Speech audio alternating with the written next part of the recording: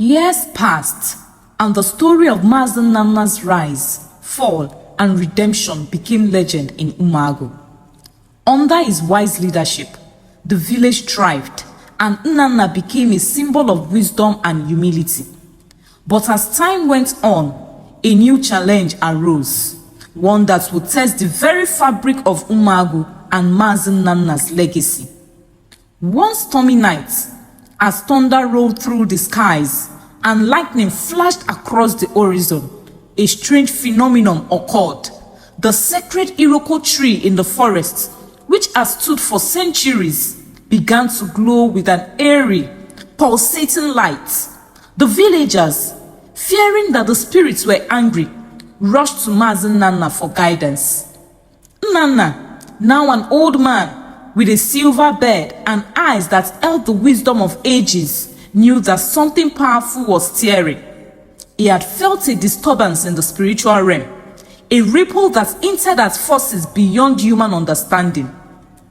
Gathering a group of trusted elders, he led them into the forest, back to the sacred clearing where his life had changed so many years ago. As they approached the Iroko tree, the ground trembled beneath their feet, and the air buzzed with energy.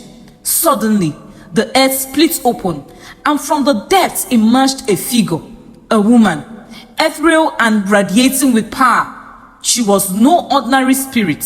She was an Agbara, an ancient goddess who had watched over the land since time immemorial. The villagers fell to their knees in awe and fear, but Mazi Nnanna, though respectful, remained standing. He knew that this was the moment the spirits had prepared him for. The goddess spoke, her voice like the wind through the trees. Mazi Nnanna, you have proven yourself worthy in the eyes of the spirits, but a great danger is coming to Umuagu, one that seeks to consume the land and its people. You must gather the ancient relics of power, even in the depths of this forest, to protect your village. But be warned, the journey will be perilous, and not all who enter will return. Nnanna understood the gravity of her words. He turned to the elders, each of whom nodded solemnly. They would accompany him on this quest, for the fate of Umuagu rested on their shoulders.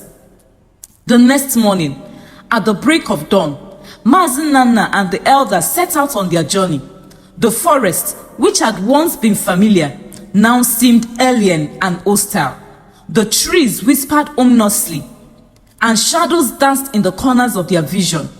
But Mazi Nnanna, guided by the wisdom he had gained, led them deeper into the heart of the forest, to places where the living had not tread for generations.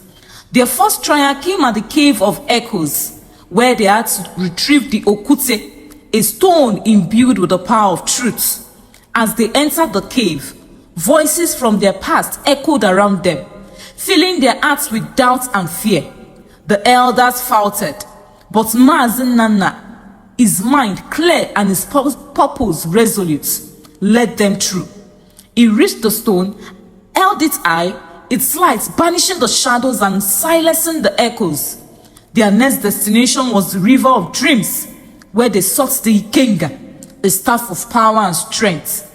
The river was a treacherous place, where reality blurred with illusion.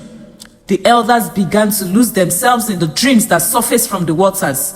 But Mazi Nnanna, with the wisdom of ages, kept them anchored to the present. He retrieved the staff, its ancient wood glowing with a soft inner light. Finally, they reached the forest of shadows, where the last relic, the Udu, a sacred drum that could summon the spirits, lay hidden. The forest was a labyrinth of darkness, where the very trees seemed to shift and move. The elders, exhausted and afraid, began to lose hope. But Mazi Nnanna, with the courage and insight that had guided him all his life, found the path. He beat the drum 3 times, and the shadows parted, revealing the way out. As they emerged from the forest, the goddess appeared once more, her presence filling the air with warmth and light. You have done well, Nnanna, she said. But the true test is yet to come. The relics will protect Umuagu, but only if they are used with a pure heart. The enemy you face is not of this world, but of the spirit. It seeks to corrupt and destroy. You must lead your people, not with force, but with wisdom and unity. Mazi Nnanna bowed deeply, understanding the weight of her words. The goddess then faded into the light, leaving the villagers in awe of what they had witnessed. Returning to Umuagu, Mazi Nnanna and the elders prepared for the coming storm. They knew that the enemy, a dark force born of greed and envy, would soon strike. But with the relics of power and the wisdom of the ancestors, they were ready. When the darkness finally descended upon Umuagu, it came as a mist, seeping into the minds of the villagers, turning brother against brother and sister against sister. But Mazi Nnanna, with the Ikenga in hand, rallied his people, reminding them of their shared history, their bonds of kinship, and the strengths that lay in unity. With the Okute, he revealed the truth behind the lies that the darkness whispered, breaking its hold on the villagers' minds. And with the Udu, he summoned the spirits of the ancestors, who appeared as a glowing legion, driving the darkness back into the void from which it came.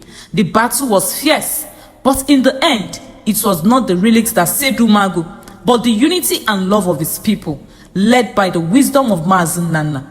The dark force was vanquished, and the village was saved. In the years that followed, Mazi Nnanna became a legend, his name spoken with reverence throughout the land.